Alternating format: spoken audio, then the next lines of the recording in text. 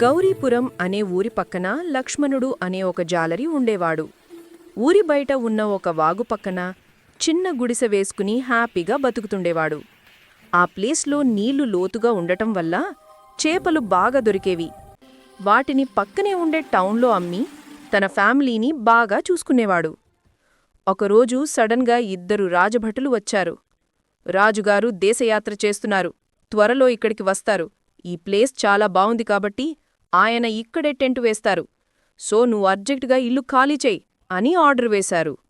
పాపం లక్ష్మణుడు ఏం చేస్తాడు? భయపడిపోయి అక్కడనుంచి కొంచెం దూరంలో వేరో చోట గుడిసె వేసుకున్నాడు. కాని అక్కడ నీళ్లు తక్కువ, ప్రవాహం స్పీడి ఎక్కువ. దాంతో వలలో చేపలు అస్సలు పడేవి కాదు. చేతిలో డబ్బుల్లేక ఫ్యామిలీ గడవటం కష్టమైపోయింది.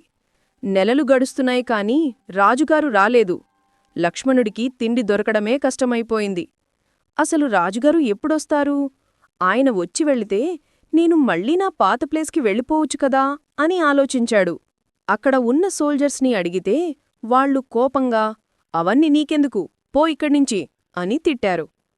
ఇక లాభం లేదని లక్ష్మణుడు డైరెక్ట్గా రాజుగారినే అడుగుదామని రాజధానికి బయలుదేరాడు. కోట దగ్గర గేట్ కీపర్స్ వాడిని లోపలికి పంపలేదు. రాజుగారు లేరు, రేపురా అని అబద్ధం చెప్పారు. దాంతో లక్ష్మణుడు చాలా ఇన్నోసెంట్గా, ఓహో, అయితే రాజుగారు మా ఊరి వాగు దగ్గరికే వెళ్ళుంటారులే అని సంతోషపడ్డాడు. వాడి అమాయకత్వాన్ని, ఈ గొడవని చూసిన రాజుగారు వాడిని లోపలికి తీసుకెళ్లారు. రాజుని చూడగానే లక్ష్మణుడు, మహారాజా, మా ఊరికి ఎప్పుడొస్తున్నారు? మీరు త్వరగా వచ్చి వెళితే నేను మళ్ళీ నా పాత గుడిసెకి వెళ్ళిపోతాను. ఇప్పుడున్న చోట చేపలు దొరక్క మా ఇంట్లో అందరూ పస్తులుంటున్నారు అని తన బాధంతా చెప్పేశాడు. రాజుగారది విని షాకయ్యారు. తన పర్యటన పేరుతో అధికారులు పేదవాళ్లని ఇలా ఇబ్బంది పెడుతున్నారని తెలుసుకున్నారు. లక్ష్మణుడి ధైర్యానికి, అమాయకత్వానికి మెచ్చి రాజుగారు అతనికి 100 బంగారు నాణాలు గిఫ్ట్గా ఇచ్చారు. అంతేకాదు, నువ్వు వెంటనే వెళ్ళి నీ పాత చోటే ఉండొచ్చు.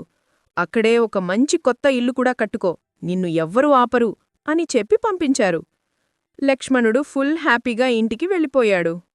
ఇందులో నీతి ఏంటి అంటే, అధికారులు చేసే తప్పులు రాజుకి తెలియకపోవచ్చు, కాని ధైర్యంగా నిజం చెప్తే మీకు మంచే జరుగుతుంది.